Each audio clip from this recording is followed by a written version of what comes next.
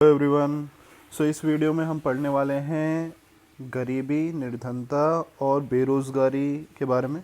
राजस्थान में पोवर्टी और अनएम्प्लॉयमेंट के क्या स्टैटिस्टिक्स हैं, आंकड़े क्या हैं, ठीक है, उनके पीछे कारण क्या हैं और हमारे कुछ एफर्ट्स क्या हैं उनको दूर करने में, सरकार की क्या कुछ एफर्ट्स हैं उनको दूर करने में, ठीक है।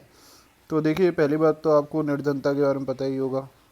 निर्धनता का मतलब होता है, पोवर्टी का मतलब होता है जब कुछ सेक्शन, कुछ वर्ग को मिनिमम नीड्स जब जब उनकी पूरी नहीं हो पाती, मिनिमम बेसिक नीड, तो उनको फिर क्या कहा जाता है, उनको निर्धन, गरीब, ठीक है, गरीबी स्तर के नीचे, ये कुछ उनको कहा जाता है, ठीक है। और गरीबी जो रेखा है ना, जो पोवर्टी लाइन है, उसका आकलन भी खर्चे व्यय के हिसाब से किया गया है कि एक साइज़ ऑफ द फैमिली को ध्यान में रखते हुए पर मंथ कितना खर्चा होना चाहिए, उससे नीचे लोगों को या परिवारों को गरीब, बिलो पॉवर्टी लाइन कहा जाता है। तो देखो यहाँ पे डॉक्टर सी रंगराजन की अध्यक्षता में जो योजना आयोग ने निर्धनता के माप का विधि की थी, उसका एक विशेषज्ञ दल नियुक्त किया गया था, जिसने जून 2014 में अपनी रिपोर्ट दी, ठीक है। उन्होंने बताया कि भाई ये जो विधि है, प्रस्तावित विधि है,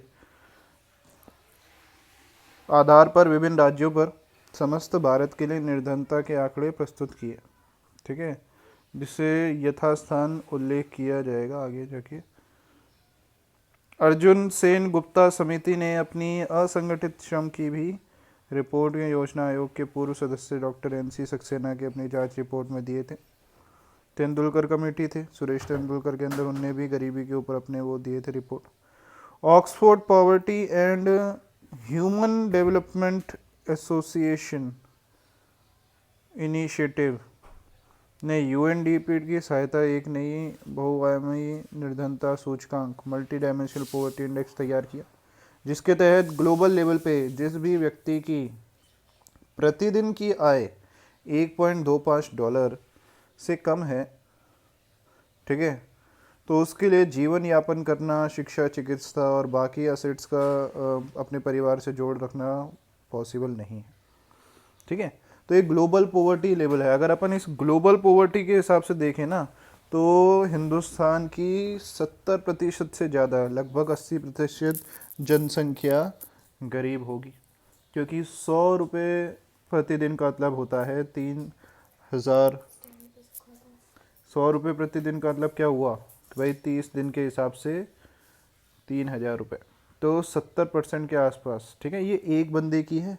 अब आप ये मत सोचना कि सर क्या बोल रहे हो, 70-80% लोगों की क्या 3,000 रुपये नहीं होती। साइज ऑफ द फैमिली को ध्यान में रखते हुए 5 लोग अगर आपकी फैमिली में हैं, हर व्यक्ति का 100 रुपये के आसपास, 100-110 रुपये के आसपास, मतलब अगर 5 लोगों की फैमिली आपकी है तो कम से कम 16,500 रुपये क्या होना, उनकी मंथली आय होना, ठीक है, मंथली आय इतनी होना। अगर मान लीजिए किसी के दादा दादी, कई सारे लोग जुड़े हुए हैं, डिपेंडेंट पॉपुलेशन है, 7 या 8 लोग हैं, तो 25,000 रुपये के आसपास। तो इस वजह से कहा गया है 60 से 70%, है ना, 80% तो नहीं, 60 से 70% इंडिया के ही क्या हो जाए, ग्लोबल पुअर हो। लेकिन लेकिन हमारे इंडिया के अंदर ये है कि भाई जहाँ पे पर पर्सन मंथली एक्सपेंडिचर कितना हो, रूरल एरिया में 816 और अर्बन एरिया में 1,000 रुपये, ठीक है, तो वो गरीबी रेखा के नीचे नहीं माने जाएंगे। मान लो अर्बन एरिया में, है ना, शहरी एरिया में 5 लोगों की फैमिली में किसी बंदे की कमाई 5,000 रुपये भी है, तो उसको गरीबी रेखा के न्यूनतम नहीं माना जाएगा, समझ रहे हो। और अगर रूरल एरिया में 5 लोगों की फैमिली के साथ 4,050 रुपये आपकी आय है, तो उसको भी गरीबी रेखा से नीचे आकलन नहीं होगा, ठीक है। तो राज्य, भारत के 8 राज्य बिहार, छत्तीसगढ़, झारखंड, मध्य प्रदेश, उड़ीसा, राजस्थान, उत्तर प्रदेश व पश्चिम बंगाल में निर्धनों की संख्या 42.1 करोड़ पाई गई, ठीक है, जो अफ्रीका के 26 निर्धनतम देशों में से भी ज़्यादा है, बताओ। तो वही बात है, ये विकास को क्या करते हैं, धीमा करते हैं। इनके ऊपर स्पेशल प्रोग्राम डालने की ज़रूरत है। बता रखा है गरीबी रेखा का माप। ठीक है, तो देखिए 1973-74 के मूल्यों पर ग्रामीण क्षेत्रों के लिए लगभग 49 रुपये 49 रुपये व शहरी क्षेत्रों के 56.6 रुपये निर्धारित किया गया था। ठीक है, व्यय की कीमत पे बोला गया था कि भाई ग्रामीण एरिया में लोगों को ज़्यादा कैलोरी इनटेक चाहिए, तो 2400 कैलोरी प्रति पर्सन प्रतिदिन, है ना, ये होनी चाहिए। और अर्बन एरिया में 2100 कैलोरी प्रति व्यक्ति प्रतिदिन। तो ग्रामीण एरिया में ज़्यादा रखने का कारण यह था कि वहाँ पे फिजिकल लेबर बहुत ज़्यादा होता है। ठीक है, और फिर क्योंकि इनका आकलन कर पाना थोड़ा सा कठिन रहा, तो फिर 2011-12 में ये बोल दिया कि 816 रुपये प्रति व्यक्ति प्रति माह का व्यय, और शहरी क्षेत्रों में 1000 रुपये प्रति व्यक्ति प्रति माह का व्यय अगर होता है तो गरीबी रेखा के ऊपर है। इससे कम होने की वजह से वो गरीबी रेखा के नीचे रहेंगे। ठीक है, अब फिर बात आती है एब्सोल्यूट पॉवर्टी, या हम बोल सकते हैं निरपेक्ष अवधारणा। निरपेक्ष गरीबी निर्धनता ये कहता है total number of poor below poverty line, जो ओवरऑल, है ना, कुल संख्या है निर्धन या फिर गरीब की, जो कि गरीबी स्तर से नीचे हैं, उसको अपन एब्सोल्यूट पॉवर्टी कहते हैं। और दूसरा गरीबी का कॉन्सेप्ट है रिलेटिव कॉन्सेप्ट। एक तो निरपेक्ष है और एक सापेक्ष। सापेक्ष ये कहता है जब अपन एक ग्रुप को दूसरे ग्रुप से कंपेयर कर रहे हैं, जैसे कि भाई मिडिल क्लास और अगर रिच को अपन कंपेयर करेंगे तो रिलेटिवली पुअर कौन है? सापेक्ष रूप से निर्धन कौन है? सापेक्ष रूप से निर्धन है भाई मिडिल क्लास। लेकिन क्या वो एब्सोल्युटली पुअर है? क्या वो पॉवर्टी लाइन के बिलो है? नहीं। तो ये दो अलग अलग कॉन्सेप्ट होते हैं पॉवर्टी को समझने के। एब्सोल्यूट कॉन्सेप्ट ये कहता है कि भाई overall number of people below poverty line, poverty line के नीचे कितनी कुल संख्या है लोगों की, वो एब्सोल्यूट पॉवर्टी। उनके लिए अलग स्पेशल प्रोग्राम होने चाहिए। ये जो सापेक्ष है या फिर रिलेटिव कंसेप्ट है, ये कहता है अलग अलग ग्रुप के इनकम लेवल को कंपेयर करो, और उन ग्रुप के कंपैरिजन में कोई क्या होगा, डिप्रेस होगा और कोई डेवलप होगा। ठीक है, अगर अपन अलग अलग कंट्रीज़ को भी कंपेयर करें, अगर मैं इंडिया और चाइना को कंपेयर करूं तो इंडिया इज़ रिलेटिवली पुअर।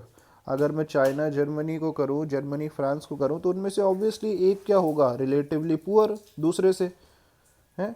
अगर मान लो मैं अंबानी और क्या नाम है रतन टाटा को कंपेयर करूं, तो अंबानी के पर्सनल एसेट्स ज़्यादा हैं आज की डेट पे, उसकी संपत्ति रतन टाटा से ज़्यादा है, तो रिलेटिवली रतन टाटा उससे पुअर है। लेकिन इसका मतलब ये थोड़ी रतन टाटा पुअर है। एब्सोल्यूट और रिलेटिव पॉवर्टी में थोड़ा डिफरेंस है। फिर बात होती है कि भाई कौन संख्या कौन करता है, तो एनएसएसओ। इंडिया के अंदर जितने भी सोशो इकोनॉमिक वेरिएबल हैं, पॉवर्टी हो, लिटरेसी हो, एजुकेशन, हेल्थ से रिलेटेड हो, सबका आकलन नेशनल सैंपल सर्वे ऑर्गेनाइजेशन करती है, राष्ट्रीय सैंपल सर्वेक्षण संगठन। ठीक है, हेड काउंट रेशियो बताती है। हेड काउंट रेशियो का मतलब होता है ऑब्वियसली जितने भी निर्धन व्यक्तियों की गिनती है ना, जो कि पॉवर्टी लाइन से नीचे है। जब निर्धन व्यक्तियों को ओवरऑल पॉपुलेशन से अनुपात देखा जाता है तो उसको कहते हैं पॉवर्टी रेशियो। फिर देखो यहाँ पे आपको कुछ क्या दे रखी है, यहाँ पे एक तालिका दे रखी है जिसमें राजस्थान और समस्त भारत में कंपैरिजन है ग्रामीण शहरी क्षेत्र में। 2004-05 में देखिए यहाँ पे क्या रहे आंकड़े, 35.8 राजस्थान में, समस्त भारत का औसत है 41.8। फिर यहाँ पे देखो ग्रामीण में क्या हुआ, कमी हुई, 26 पहुँची, 16 पहुँची, शहरी में 29.7 से 19 और 10 पहुँच गई। ठीक है, भारत में भी हुआ, लेकिन राजस्थान में भारत के औसत के मुकाबले कम रही गरीबी। तो तालिका के बारे में नीचे एक्सप्लेनेशन दे रखी है, आप देख सकते हैं इसको। फिर यहाँ पे डॉक्टर सी रंगराजन की अध्यक्षता में नियुक्त विशेषज्ञ दल ने भी कुछ निर्धनता के अनुपात प्रस्तावित किए थे। बोला सर्वाधिक छत्तीसगढ़ में है 47.9%, न्यूनतम गोवा में है 6.3%, समस्त भारत में इसका अनुपात है 29.5% और राजस्थान में है 21.7। तो ये जून 2014 की रिपोर्ट थी। तो देखिए निर्धनता के कुछ कारण बता रखे हैं। बोला अपना जो क्या है हिस्टोरिकल और जोग्राफिकल कंडीशन, थोड़ी सी हमारी ऐतिहासिक और भौगोलिक जो परिस्थितियां हैं, ये भी हमारे कुछ कारण हैं। ठीक है, तो यहाँ पे बता रखे 19 सामंती राज्यों में 3 चौपशिफों का समूह है जिनमें सामाजिक आर्थिक विकास काफ़ी पिछड़ा हुआ था। पिछड़ापन, सामाजिक पिछड़ापन। कुल भू क्षेत्र का 61% व जनसंख्या का 40% यहाँ पे पाया जाता था। कुछ अर्धशुल्क जगह पे, अर्धशुल्क मतलब सेमी एरिड रीजन्स में, जिसकी वजह से रोज़गार, आमदनी, खाद्यान्न, पानी सबकी कठिनाई हमेशा वहाँ पे रहती है। जनसंख्या संबंधी तत्व, है ना, जैसे कि अगर अपन जनसंख्या की वृद्धि दर देखें तो 1991 में 28.41%, 2011 में 21.3%, 6.85 करोड़ जनसंख्या हो चुकी है।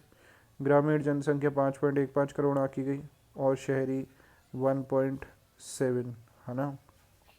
तो 17.8% की यहाँ पे कुछ हो रही है। अनुसूचित जाति की 13.5%, अनुसूचित जाति 17.8, अनुसूचित जनजाति 13.5%। राज्य के मरुक्षेत्र, सूखाग्रस्त क्षेत्र, यहाँ पे गरीबी ज़्यादा है। राज्य में श्रमिकों की आकस्मिक श्रमिकों, कैजुअल वर्क मतलब कैजुअल लेबर, यहाँ पे क्या है, रेगुलर वर्क नहीं है, हायर्ड वर्क नहीं है ना, फॉर्मल वर्क नहीं है, कैजुअल नेचर ऑफ वर्क ज़्यादा है, जिससे भी जो गरीबी का एक बहुत बड़ा प्रमुख कारण है। लोगों को अगर रेगुलर या सैलरीड जॉब मिल जाए तो गरीबी भी दूर हो जाए। बता रखा है भूमि सुधारों के क्रियान्वयन का अभाव, ठीक है, मतलब लैंड इम्प्रूवमेंट के कोई प्रोग्राम नहीं है। 5वां बता रखा है कृषिगत उत्पादन में अनियमितता, उतार चढ़ाव, है ना। जैसे कि अपन ने, अगर आपको इससे पिछली वाली वीडियो आपने देखी हो और अगर आप उसको याद हो आपको, तो उसमें एक साल और एक साल, मतलब जैसे कृषिगत उत्पादन था एक साल में वृद्धि थी, अगले साल में उसमें क्या था, उसमें गिरावट थी, फिर उसके अगले साल इंक्रीज, उसके अगले साल गिरावट। तो ये अपने यहाँ पे बड़ा ही कृषिगत साधनों में तो बड़ा ही क्या रहा है, उलट फेर रहा है। ये भी एक यहाँ पे गरीबी का कारण रहा है। राज्य में प्रति व्यक्ति व्यय के अनुसार निर्धारित न्यूनतम 20% के समूह को आर्थिक सामाजिक स्थिति अधिक दयनीय है।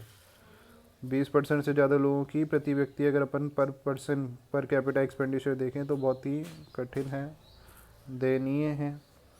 फिर बता रखा है गरीबों द्वारा खरीदने वाले खाद्य पदार्थों की कीमतों में वृद्धि का निर्धनता से संबंध, ऑब्वियसली होगा, ठीक है। देखिए उनकी इनकम का भी होता है, वेज प्राइस स्पाइरल भी होता है, उनकी क्या होती है, इतनी इनकम तो बढ़ती नहीं है, लेकिन जो नॉर्मल बेसिक चीज़ें हैं, जैसे अगर अपन गेहूं की बात करें, समझ रहे हो, गेहूं की बात करें, जो बाकी अपन मिट्टी का तेल है, और जो क्या नाम है, 2-4 चीज़ें हैं जो कि बहुत ही बेसिक चीज़ें हैं, उनका बाज़ार भाव बहुत ज़्यादा बढ़ चुका है, ठीक है। हर जगह उनको राशन शॉप से इतना तगड़ा कनेक्शन है नहीं, तो इस वजह से भी लोगों को बड़ी दिक्कत आती है ना। तेल, चीनी, गुड़, है ना, बाजरा, मोटा अनाज, दाल, आजकल दाल भी उनके लिए, बेचारों के लिए बहुत क्या हो चुकी है, एक लग्जरी हो चुकी है। सामाजिक सेवाओं, पब्लिक सर्विसेज की इनसफिशिएंसी या अपर्याप्तता, तो बता रखा है मरु पहाड़ी क्षेत्र में प्रत्येक बच्चे के लिए 1 से 2 किलोमीटर की दूरी में एक स्कूल की व्यवस्था करना कठिन हो चुका है। गांव शिक्षा, पेयजल, चिकित्सा, पुलिस, सामान्य प्रशासन, विद्युत आदि की सुविधाओं में वंचित रह गए। बता रखा है ग्रामीण क्षेत्रों में गरीबों को कॉमन प्रॉपर्टी साधनों, कॉमन प्रॉपर्टी रिसोर्स से मिलने वाली सुविधाओं में भी भारी गिरावट है। कम्युनिटी के रिसोर्सेज ही नहीं है, ठीक है, और लोग अपना डोमिनेशन करते हैं, सब चीज़ खरीद और बेची जा चुकी हैं, सब चीज़ों के ऊपर लोगों ने अपना अपना क्या कर रहा है, पूरा पोजीशन ले लिया है। फिर बताता है कि यहाँ पे गरीबी को कैलोरी आधारित अवधारणा से क्या करना है, दूर। तो यह बता रखा है 5 वर्षों में एक बार राष्ट्रीय सैंपल सर्वे संगठन द्वारा उपभोग के सर्वेक्षण सूचना पर आपत्ति होती है। गरीबी रेखा के लिए कैलोरी की मात्रा ग्रामीण व शहरी क्षेत्र में देश के सभी राज्यों से एक सी मान ली गई है, एक सी मान ली गई है, अच्छा, जो सही नहीं है। व्यय के आंकड़ों को कीमत सूचकांक में समायोजित करने में कठिनाई आती है और आजकल गरीबी की अवधारणा का संबंध भी कैलोरी की मात्रा के स्थान पर न्यूनतम आवश्यकता के पे हो चुका है। जो ये CSO है, केंद्रीय सांख्यिकी संगठन, राष्ट्रीय सैंपल सर्वे ऑर्गेनाइजेशन ने निजी उपभोग पर व्यय के आंकड़ों पर भी अंतर पाया। तो इस वजह से इनने क्या किया, ये जो 5 कारण बता रखे हैं ये इसलिए बता रखे हैं कि अब कैलोरी रिक्वायरमेंट से हटके हम व्यय के ऊपर, एक्सपेंडिचर के ऊपर आ चुके हैं। तो देखो कुछ निर्धनता उन्मूलन मतलब पावर्टी एलिवेशन के कुछ कार्यक्रम बता रखे हैं। पहले कार्यक्रम चल रहे थे ये इंटीग्रेटेड रूरल डेवलपमेंट प्रोग्राम 1978 से चल रहा था, ठीक है, केंद्र प्रस्तावित योजना थी, सेंट्रल स्पॉन्सर स्कीम। इसमें गरीब परिवारों को दुधारू पशु, है ना, ये दी जाती थी सरकार द्वारा, वित्तीय सब्सिडी, सेल्फ एम्प्लॉयमेंट क्रिएट करने की सरकार की कोशिश रहती थी। ठीक है, 1978 में राजस्थान के चुने हुए 112 खंडों में लागू किया गया। 2 अक्टूबर 1980 में राज्य में सभी खंडों में फैला दिया गया। 1990 तक 17.62 लाख परिवार लाभान्वित हुए। ठीक है, कार्यक्रम में कुछ कमियां भी रही, गैर गरीब परिवारों को भी शामिल कर लिया गया। ठीक है, आजकल बड़े बड़े लोग भी अपना बीपीएल कार्ड बनवा लेते हैं ताकि उनको भी क्या मिल जाए, सब्सिडी मिल जाए, एडमिशन्स मिल जाए, बेनिफिट मिल जाए। गरीबों का बनता नहीं है, बड़े बड़े लोगों का बन जाता है। तो 1 अप्रैल 1999 में IRDP को ट्राइमस द्वारा सीट्रा गंगा कल्याण योजना व मिलियन वेल्स स्कीम को स्वर्ण जयंती ग्राम स्वरोजगार योजना में मिला दिया गया, स्वर्ण जयंती ग्राम स्वरोजगार योजना में। फिर एक जवाहर योजना थी, पहले की बता रखी है, 1979-90 में प्रारंभ हो गई थी। 80% राज्य, 20% के 80% केंद्र, 20% राज्य का इसमें वो था। तो राष्ट्रीय ग्रामीण रोजगार योजना, ग्रामीण भूहीन रोजगार कार्यक्रम, ये सब इसमें कुछ सम्मिलित कार्यक्रम थे। ये वेज एम्प्लॉयमेंट प्रोवाइड करती थी, मजदूरी की, सेल्फ एम्प्लॉयमेंट नहीं। सेल्फ एम्प्लॉयमेंट होता है जहाँ पे आपको फाइनेंस दे दिया जाता है और आप अपने लिए खुद उस फाइनेंस को यूज़ करके कुछ ना कुछ काम करें और आपको ब्याज पे मिलेगी सब्सिडी। वेज एम्प्लॉयमेंट में आपको कुछ काम मिलेंगे, कुछ मजदूरी के काम मिलेंगे जिसमें आप काम करके पैसे डायरेक्टली कमा सकते हैं। ठीक है, तो यहाँ पे NREP और RLEGP दोनों कार्यक्रम को 1990 में जवाहर उस योजना से मिला दिया गया। रोजगार, जवाहर एम्प्लॉयमेंट योजना, जवाहर रोजगार योजना। मुख्य बात देखो बता रखा है, ग्रामीण निर्धन परिवारों को प्रत्येक परिवार में कम से कम एक व्यक्ति को वर्ष में कम से कम 100 दिन का रोजगार मिलेगा, जो नरेगा का भी वही रहा ऑब्जेक्टिव। इसका कार्य ग्राम पंचायतों माध्यम किया जाएगा। ग्रामीण महिलाओं को 30% के रिजर्वेशन दिए जाएंगे। कोषों के आवंटन में अलग अलग स्तर पर निर्धनों की संख्या, पिछड़ेपन का स्वरूप दिए जाएंगे। जिले स्तर पर कुल आवंटन का 6% अनुसूचित जाति व अनुसूचित जनजाति के लिए रखा जाएगा। ठीक है, बाद में इसको जवाहर ग्राम समृद्धि योजना में लागू कर दिया। 15 अगस्त 2001 को एक और योजना आई जो थी क्या नाम है, संपूर्ण ग्राम स्वरोजगार योजना। ठीक है, इसमें केंद्र और राज्य का 75 और 25% अंश था। 118.42 करोड़ का व्यय करके 99.57 लाख ये रोजगार प्रोजेक्ट क्रिएट करने के उसमें थे, रोजगार के अवसर। फिर यहाँ पे डिस्ट्रिक्ट पोवर्टी इनिशिएटिव प्रोग्राम बता रखा है, जिसका 7,039 गाँव में निर्धनों को दूर करने के लिए संचालित किया गया। ठीक है, यहाँ पे विश्व बैंक का अंश 80%, ये इंटरनेशनल फंडिंग स्कीम थी। राज्य की 15% और लाभ प्रवक्ता का योगदान 5% था। फिर आज की डेट में देखिए बता रखा है स्वर्ण जयंती ग्राम स्वरोजगार योजना। तो स्वरोजगार योजना क्या है, एक सेल्फ एम्प्लॉयमेंट स्कीम है। इसकी भी केंद्र और राज्य में 75 और 25% का वो है। ठीक है, इसमें SHGs को भी वो दे रखा है, सेल्फ हेल्प ग्रुप्स फॉर्म कर सकते हैं लोग, रूरल क्रेडिट को बढ़ा सकते हैं, ब्याज पे मिलेगी सब्सिडी, उस पैसे को वो अपने किसी रोज़गार के माध्यम के लिए लगा सकते हैं। मनरेगा जो बड़ी ही फेमस स्कीम है, 2 फरवरी 2006 में लागू हुई। ठीक है, पहले 2005 में ही नरेगा स्टार्ट हो गई थी, बाद में फिर इसको MNREGA Mahatma Gandhi National Rural Employment Guarantee Act बनाया। ठीक है, ये कहता है कि 100 दिन की गारंटेड आपको काम मिलेगा अगर आप क्या है, अगर आप रजिस्टर आपने करवाया है तो। काम क्या मिलेगा, डॉक्टर इंजीनियर नहीं बना देंगे आपको, लेबर वाला ही काम मिलेगा। उसका आपको जो सरकारी वेज एक्ट के हिसाब से पेमेंट मिलेगा। किसी कारण आपको अगर काम नहीं मिल पाया तो आपको रजिस्टर्ड लोगों को 100 दिन की वो मिल जाएगी, क्या नाम है, आपको वेज मिल जाएगी, दिहाड़ी मिल जाएगी। ठीक है, तो यहाँ पे 2007-08 से लेकर 13 तक केंद्र व राज्य ने 25,640 करोड़ इसके ऊपर खर्च किया। 2008-09 में 6,175 करोड़, 15-16 में वार्षिक योजना में 435 करोड़। लेकिन फिर भी इसकी भी कुछ कमियां रही। कि रजिस्टर करने के बाद भी लोगों को कई बार काम नहीं मिला।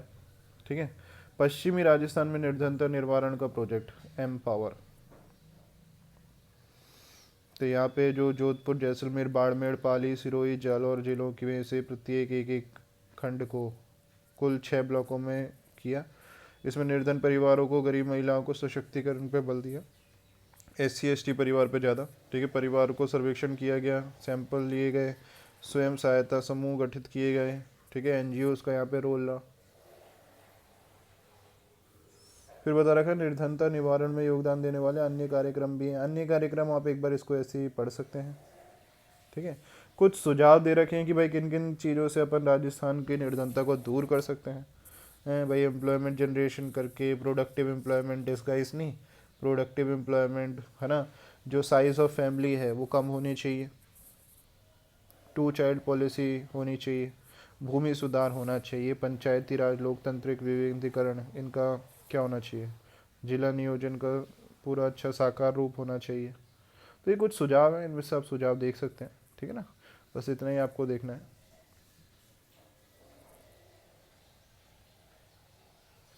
फिर आ जाइए एम्प्लॉयमेंट की बात करते हैं। बेरोज़गारी, ये भी एक बड़ा छोटा सा टॉपिक है। तो यहाँ पे पहले कुछ आपको आंकड़े दे रखे हैं। वैसे आपको बताया कि NSSO है, जितने भी सोशियो इकोनॉमिक इश्यूज़ हैं उस पर आंकड़े NSSO देता है। ठीक है। तो यहाँ पे बता रखा है सामान्य स्थिति में संबंध अवधारणा, यूजुअल स्टेटस कॉन्सेप्ट। 2011-12 के 68वें दौरे में ये अवधि सर्वेक्षण के पिछले 365 दिन की निर्धारित की गई। इस स्थिति की बेरोजगारी वर्ष भर की बेरोजगारी, दीर्घकालीन बेरोजगारी से बताई गई व्यक्तियों की संख्या के रूप में मापी जाती है। एक तो उनको सामान्य मुख्य स्टेटस के अनुसार बेरोजगारी व्यक्ति, सामान्य स्टेटस के अनुसार बेरोजगार व्यक्ति, जिसमें कि सहायक स्टेटस वाले श्रमिकों को हटा दिया गया। देखिए अनएम्प्लॉयड इन प्रिंसिपल है, मतलब जो मेन एरियाज पे बेरोजगार पाए गए। यूजुअल स्टेटस देखा गया कि जो ज़्यादातर क्या होता है वो ना, और एक सब्सिडी स्टेटस को एक्सक्लूड किया गया।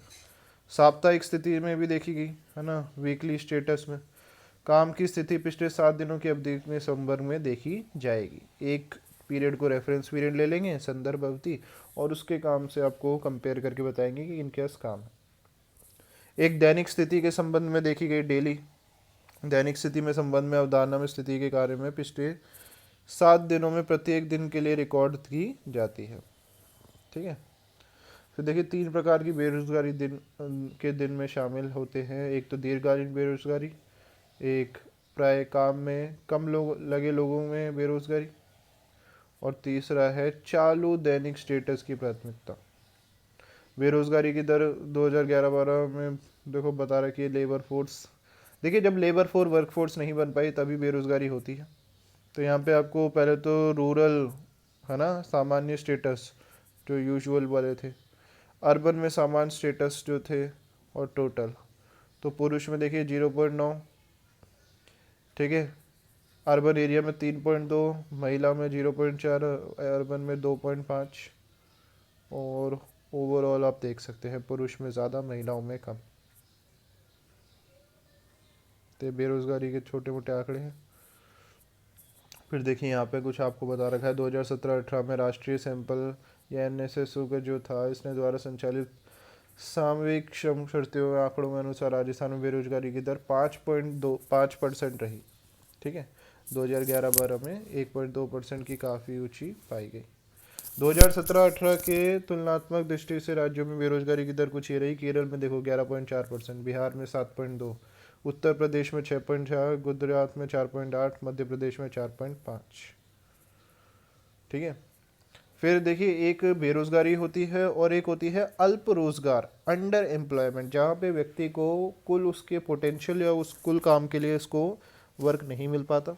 मौसमी बेरोजगारी या सीजनल अनएम्प्लॉयमेंट भी कवर होती है, डिस्गाइज भी होती है। ठीक है। तो रोजगार के देखो अवसर, निर्माण कितने हुए चालू रोजगार में, 5 लाख, और 2015 तक 31.88।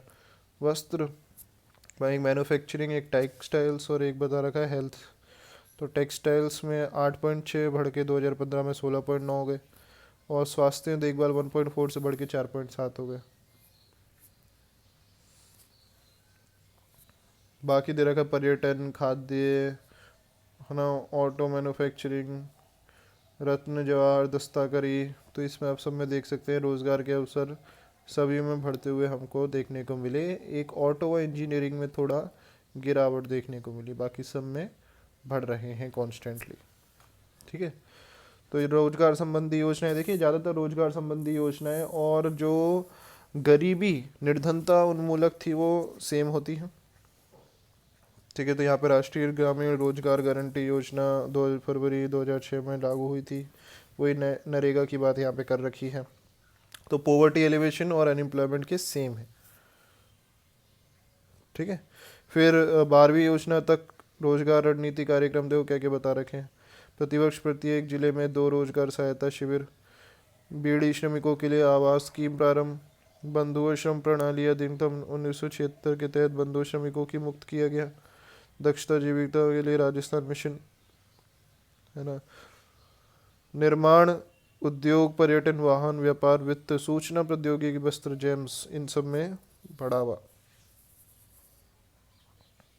वार्षिक बजट में रोजगार सृजन के कार्यक्रम, वार्षिक बजट में बता रखा है, तो यहाँ पे आप इसका स्क्रीनशॉट लेके इसमें से मुख्य बातें लिख सकते हैं। ठीक है, वार्षिक बजट में हालांकि आपसे इतना ज़्यादा पूछा नहीं जाएगा, तो यहाँ पे 2014-15 और आपको 2015 14-15 और 16-17 के बारे में बता रखा है, बस इसके अलावा बता भी नहीं रखा, तो इसका आप स्क्रीनशॉट लेके इसमें से पॉइंट्स बना सकते हैं। ठीक है, चलिए नेक्स्ट टॉपिक पढ़ेंगे हम अपन नेक्स्ट वीडियो में। Okay, thank you.